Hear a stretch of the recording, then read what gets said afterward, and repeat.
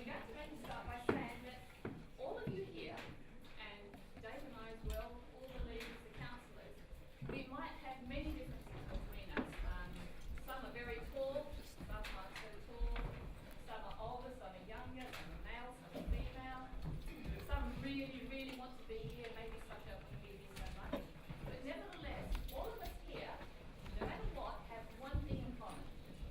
And that one thing that we have in common is that we are all on a quest, and we're all on a journey to discover something. No matter whether we want to or whether we don't want to, that's what we're going to do. Hey, got a little bit of romance happening. Michael? Help us. Oh, Michael, you're so good. We do have some wise friends or some wise guides. Victory, celebration, or a journey home. Okay? But a resolution of sorts. Now we're just going to look at one movie, or we're just going to look at some tiny bits of one of the movies, and we'll see as we work through that particular movie if we can work out what those elements are in this movie. So they rejected John the Baptist's teaching. They followed John the Baptist, they investigated John the Baptist, and they rejected him. And Jesus is letting Nicodemus know that he knows that. We've already taught you about baptism, and you've rejected it. All right, let's go to the next reader. Verse 12. If I've told you earthly things and ye believe not, how shall ye believe if I tell you heavenly things? And the next verse. And no man hath ascended up to heaven, and he that came down from heaven, him. Has anybody else been deceived by him? Now, you learn a lesson when I was in law school. You learn a lesson that a good lawyer never asks a question that he doesn't know the answer to. There was a lawsuit where a fellow had gone to a riding stable, ridden a horse, got thrown off the horse, and he was suing the riding stable for the damages that he suffered. He took out a gun, shot the gun in the horse in the head, then turned to me with the gun and said, "And how are you?" And I said, I'm fine, I've never been better in my life."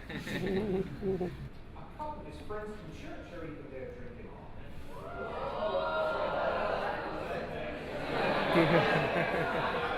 You've got to be holding that off the ground. Both hands. Both hands. Both hands. Okay. He succumbs and has a drink.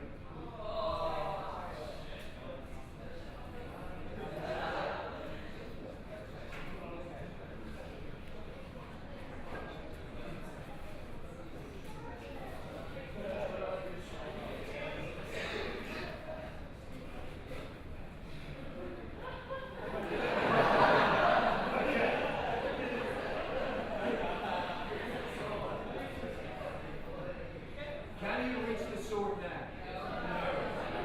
Now you did. So, I hope you've learned something from our analogy. Sin weighs us down.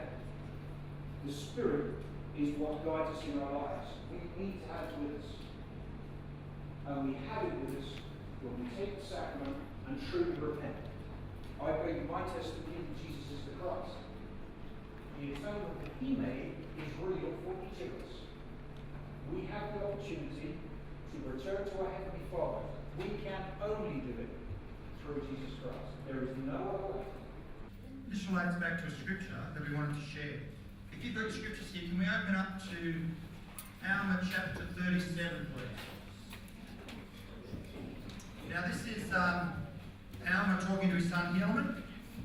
He's giving some counsel to his son Helaman. And he's actually sharing a scripture about Nephi and the experience that Nephi and his family had travelling from Jerusalem out to the Promised Land. Now, is there anyone here who thinks they can read that scripture in a nice loud voice?